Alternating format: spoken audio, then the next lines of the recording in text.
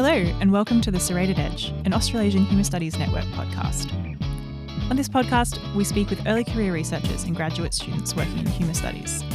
It's a companion to the Cutting Edge podcast, and the format is simple. Guests have 15 minutes to answer 5 questions about their research. It's short and sharp, so let's get on with it.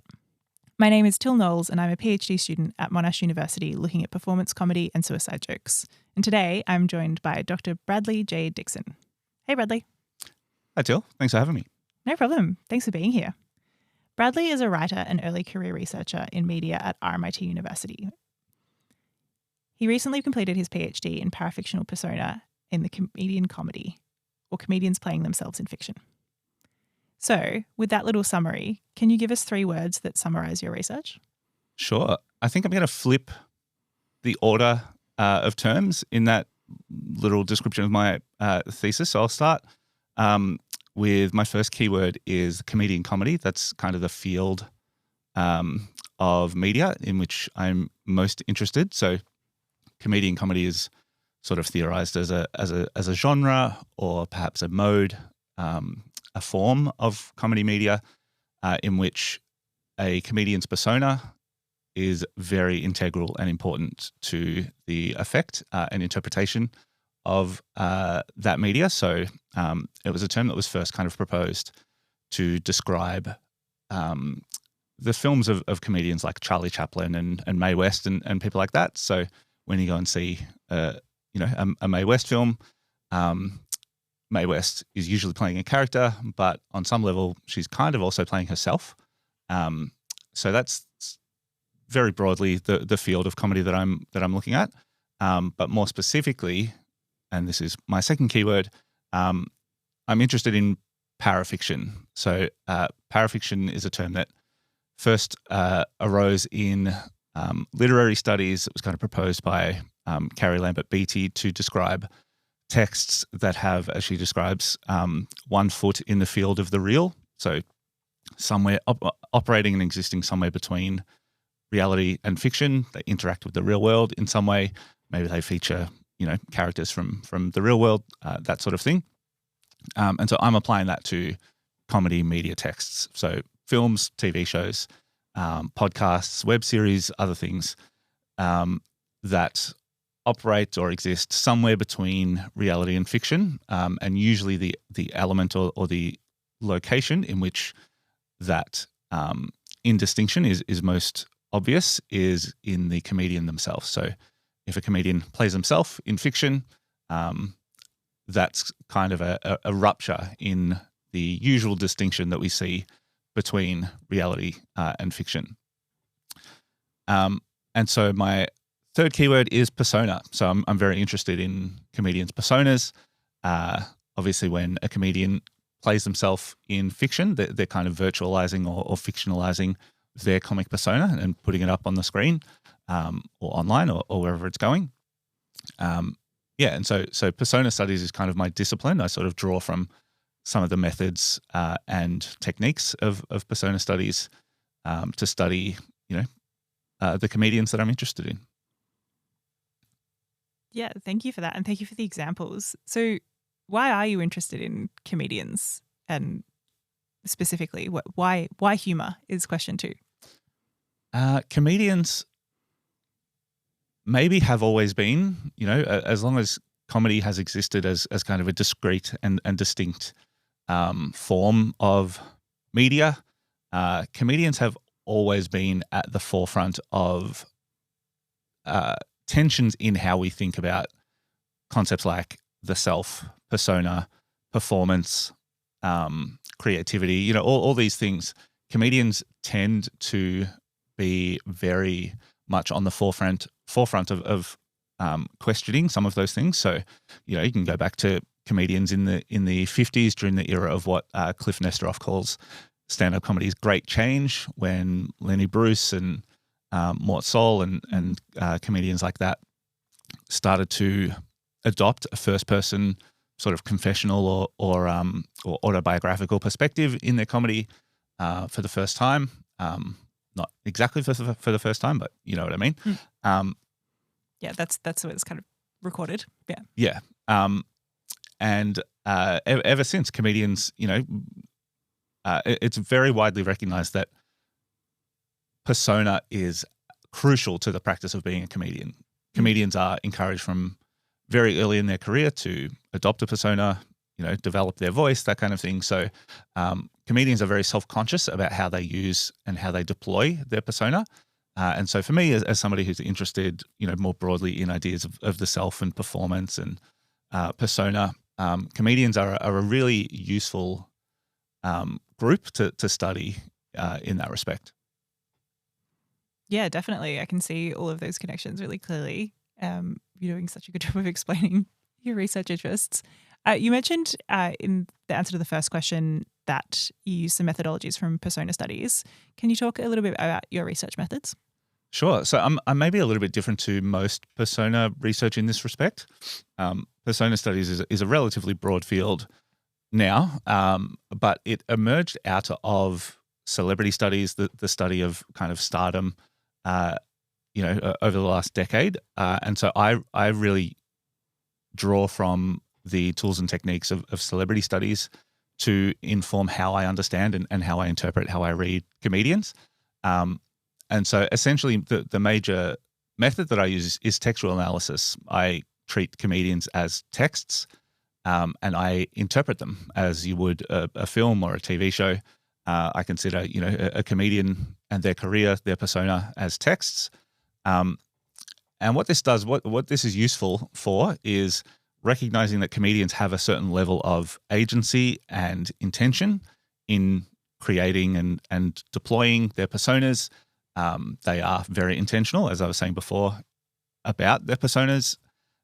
But at the same time, ultimately, how the comedian and how their persona is interpreted is very much up to the audience. And so different audiences in different circumstances will interpret comedians in different ways.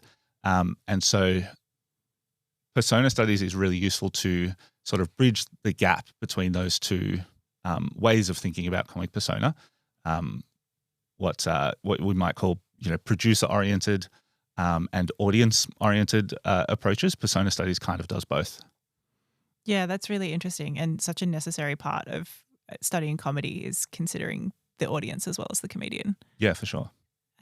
So you've just completed your PhD, which is so exciting. Congratulations. Yeah, now we all get to refer to you as Dr. Dixon. What is one thing you wish you knew at the start of your PhD? I'm not sure how helpful or useful this will be to other people, but I found during the course of my PhD that all of the advice I got, most of it didn't really help. Most of it wasn't very helpful and applicable to my specific situation. But actually what I found really empowering and really useful was to recognize that not all of the advice that I get is going to be good or is going to be useful and applicable to me specifically. So yeah, maybe a little bit metatextual here, but the advice I would give is actually, or what I wish I had known is that is to be very selective about the advice that you take and seek. And, if a technique or a tip or a trick that you see is working, great, take it. But if not, turf it, throw it out if it's not useful. Also, contradicting what I just said, follow Tara Brabazon on YouTube. She's the Dean of Graduate Research at Charles Darwin University. And she has hundreds of videos on YouTube specifically pitched at PhD students, graduate students, about all kinds of topics, literally any topic you can think of. And it's very grounded in research and very, very useful and practical. So even if you don't heed, 90% of her videos, there's still probably dozens that will be very useful. So Excellent. that's my one tip. Follow Tara Brabazon on YouTube.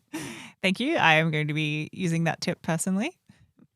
So final question, just nice, straightforward, easy question to wrap up. But what do you think the future of parafictional persona is in comedy? Just an easy little predict the future type question. Yeah.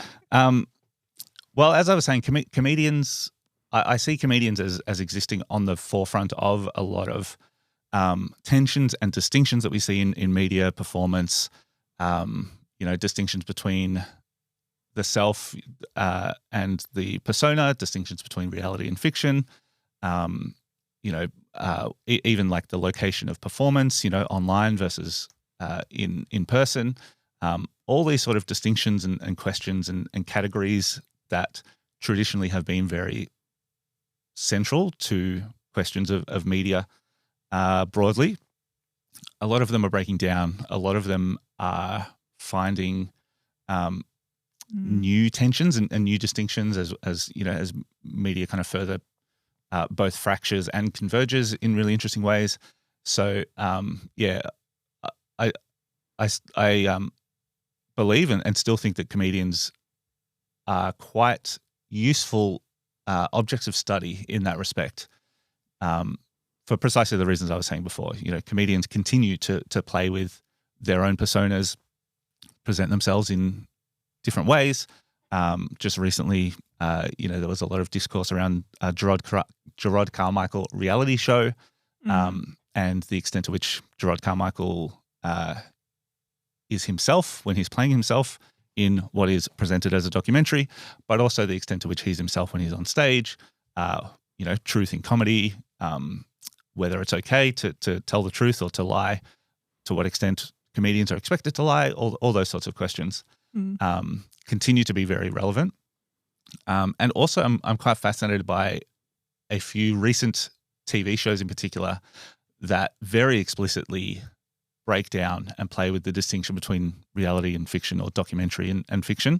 So shows like Jury Duty and Paul T. Goldman are the two that I mentioned in my thesis as shows that are presented as documentaries, and they include the participation of their comedy documentaries in which the participants in those texts are not fully aware that they are partaking in a comedy documentary. Okay. And so they're kind of playing themselves in fiction, but they're not aware that they're playing themselves in fiction. So it's quite odd and interesting to think about in terms of persona.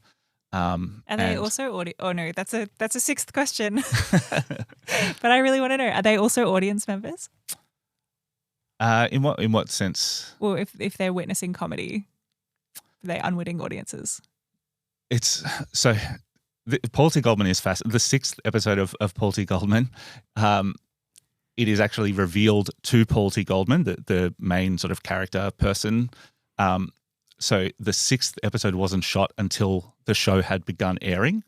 And so the sixth episode includes the premiere of the show, and Paul T. Goldman is confronted with the fact that the show that Jason Woliner, the director, made was not the show that Paul believed he was participating in. Oh, okay. And that is captured in the sixth episode of the show. So this is, a really good example of the kind of multi-layered croissant of persona that you can get into very quickly. Delicious comedy persona croissant. Awesome. Thank you so much for your time, Bradley. If people are interested in your research or you and your further work, where can they reach you? I'm not on Twitter/X anymore, so I think the best place to reach me is probably just to look at my website, which is bradleyjdixon.me. And I have links to my research and social profiles and that kind of thing on there. Amazing. Thank you so much for your time. Thank you.